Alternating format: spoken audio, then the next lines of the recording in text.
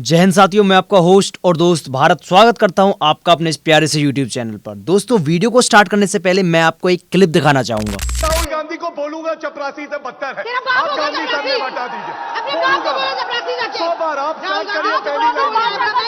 आप मेरे देश के प्रधानमंत्री को चोर बोलेंगे, मैं उनको चपरासी बोलूंगा चपरासी। इस वीडियो क्लिप में आप जो देख रहे हैं, इसमें दो राजनीतिक पार्टी के प्रवक्ता हैं, जिनमें से एक बीजेपी और दूसरे कांग्रेस। बीजेपी के जो प्रवक्ता हैं वो हैं गौरव भाटिया और जो कांग्रेस की प्रवक्ता हैं वो हैं रागिनी नायक, जो अभी हाल फिलहाल सोशल मीडिया पर काफ़ी ज़्यादा वायरल हो रही हैं। आखिर क्यों वो वायरल हो रही हैं? रजत शर्मा के साथ जो डिबेट हुई है उनकी इलेक्शन टाइम में, उसको लेकर।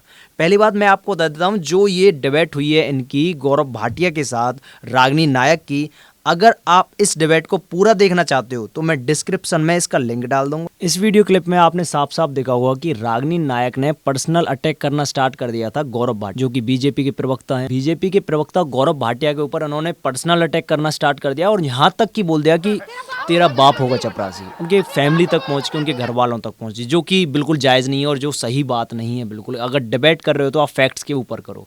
आपको एक बात बता दूं कि आप अगर डिबेट को देखोगे तो वहाँ पर जो क्राउड थी ज़्यादातर, उसमें एक वॉइस आ रही थी, एक स्लोगन जो निकल रहा था बार बार, मोदी मोदी की आवाज़ हो रही थी। शायद उस नाम को लेकर जो कांग्रेस की प्रवक्ता हैं रागिनी नायक, इससे वो ऑफेंड हो गई, तो उन्होंने बीजेपी के प्रवक्ता जिनका नाम है गौरव भाटिया, उसके ऊपर उन्होंने पर्सनल अटैक करना स्टार्ट कर दिया। तो अगर आप इस पूरी डिबेट को देखोगे ना, तो आप पाओगे कि गौरव भाटिया के साथ डिबेट करते हुए रागिनी नायक जो है वो मंच से 2 बार उतरती हैं। एक बार नहीं, 2 बार मंच से उतरती हैं गौरव भाटिया के साथ डिबेट करते हुए। और उसमें कहीं ना कहीं ये मैं मान सकता हूँ कि पीछे से आवाज़ जो क्राउड थी वो बोल रही थी मोदी मोदी मोदी।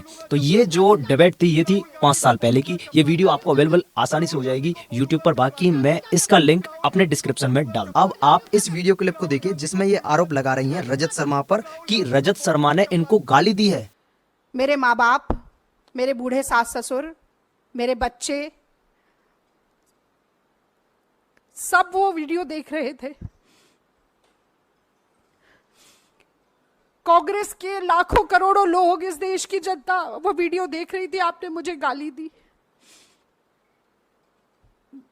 सिर्फ इसलिए कि मैं ईमानदारी से अपनी पार्टी का काम कर रही हूँ, इसलिए कि मैं ईमानदारी से अपनी पार्टी का काम कर रही हूँ। और सिर्फ गाली नहीं दी, उसके बाद सुबह आपने मुझे धमकाना शुरू किया। आपने कहना शुरू किया कि अगर प्रेस कॉन्फ्रेंस किया जाएगा तो डेफेमेशन का केस करेंगे। मतलब आप चोरी करें, उसके बाद आप सीना चोरी करें। आपको लगता है कि धमकाने से हम डर जाएंगे? और ये आंसू सिर्फ इसलिए नहीं है कि मेरा अपमान हुआ है, ये आंसू इसलिए कि आप सोचते हैं कि सत्ता का घमंड इतना है, अहंकार इतना है। आपको लगता है कि आप कुछ भी करेंगे और बच के निकल जाएंगे क्योंकि मोदी जी का हाथ आपके ऊपर है। आप गाली दें, उसके बाद आप कहें कि आप ही डेफेमेशन का केस करेंगे और कांग्रेस पार्टी पीछे हट जाएगी। चलो अब देखते हैं उस वीडियो क्लिप को जिसकी ये बात कर रही हैं। क्योंकि मुझे रजत जी की एक बात से ही आपत्ति हुई। उन्होंने कहा कि कांग्रेस अगर डबल भी कर लेती है तो कोई बड़ी बात नहीं है। तो आज पूछना चाहिए, भाजपा के प्रवक्ता बैठे कि ये 400 पार के नारे का क्या हुआ?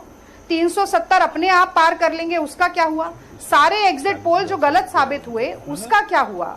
और मीनाक्षी, आप भी देखिए, अगर आप एनडीए कह रही हैं तो कृपया इंडिया बोलिए, या तो आप एनडीए अलायंस बोले, फिर आप इंडिया अलायंस बोले तो मैं समझ सकती हूँ, पर ये दुभाती आज के दिन तो कम से कम मत अच्छा करिए। चलिए, एनडीए और फिर कह रही है इंडिया अलायंस, ये तो गलत बात है। और ये आपने ये जो भगवा और हरा कर दिया रागिनी, पहली बात तो देखिए, मैं नहीं आपसे ज्यादा बहस करना चाहता, लेकिन आप समझिए मैंने क्या कहा था, उसको मत मिसकोट करिए। मैंने कहा था कांग्रेस अगर 90 सीटें भी जीत ले तो उसकी जीत मानी जाएगी। नरेंद्र मोदी, ये दर्शक देख रहे हैं, आपने कहा था कोई बड़ी बात नहीं है, मैं सुन रही थी आधे घंटे से। नहीं, चलिए रागिनी जी, हम किसी भी इस तरीके की बहस में नहीं जाते हैं।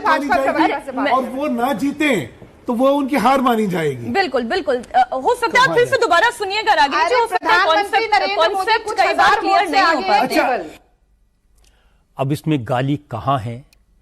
इसमें आप साफ साफ सुन सकते हैं कि रजत शर्मा ने कहा कि कांग्रेस बड़ी पार्टी है और अभी भी है, चाहे वो गुजरात से एक भी सीट नहीं निकाल पाई हो या वो हिमाचल प्रदेश से कोई एक भी सीट नहीं निकाल पाई हो, फिर भी वो बड़ी पार्टी है।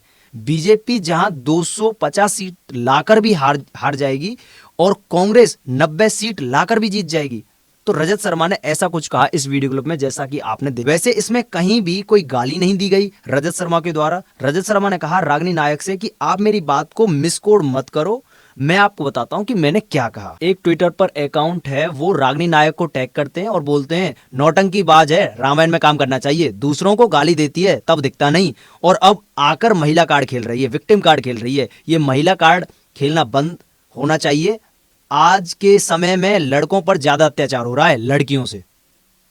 एक ट्विटर पर अकाउंट है ज्योतिषना सिंह के नाम से, वो लिखती हैं रजत जी आपको सालों से सुनते और देखते आ रही हूं, आपको कभी ऊंची से ऊंची आवाज में बात करते ना देखा न सुना है, गाली देना तो दूर की बात है। कांग्रेस अब जब जनता के बीच में जीत नहीं पाई तो छद्म युद्ध का सहारा ले रही है, लेकिन सत्य को पराजित नहीं कर पाएगी। I stand with Rajat Sharma. एक हार्दिक बासवर के नाम से अकाउंट है, मोदी का परिवार करके कुछ, तो उन्होंने लिखा है रजत शर्मा को टैग करके, रजत जी मैं आपको बचपन से सुनते आया हूं, पत्रकारिता की दुनिया में मैंने आप जैसा निडर, साहसी और सहनशीलता से भरा पत्रकार नहीं देखा अभी तक। आपकी विश्वसनीयता का कोई जोड़ नहीं है, हम सभी आपके साथ हैं। आप इन कांग्रेसियों पर मानहानि का केस करिए, कोर्ट में ले जाइए, पूरे देश को पता चलना चाहिए कि ये कांग्रेसी कितने झूठे हैं। Hashtag I stand with Rajat Sharma. बाकी ऐसे लाइव अपडेट के लिए जुड़े रहें हमारे चैनल के साथ। तब तक के लिए धन्यवाद। जय हिंद, जय हरियाणा।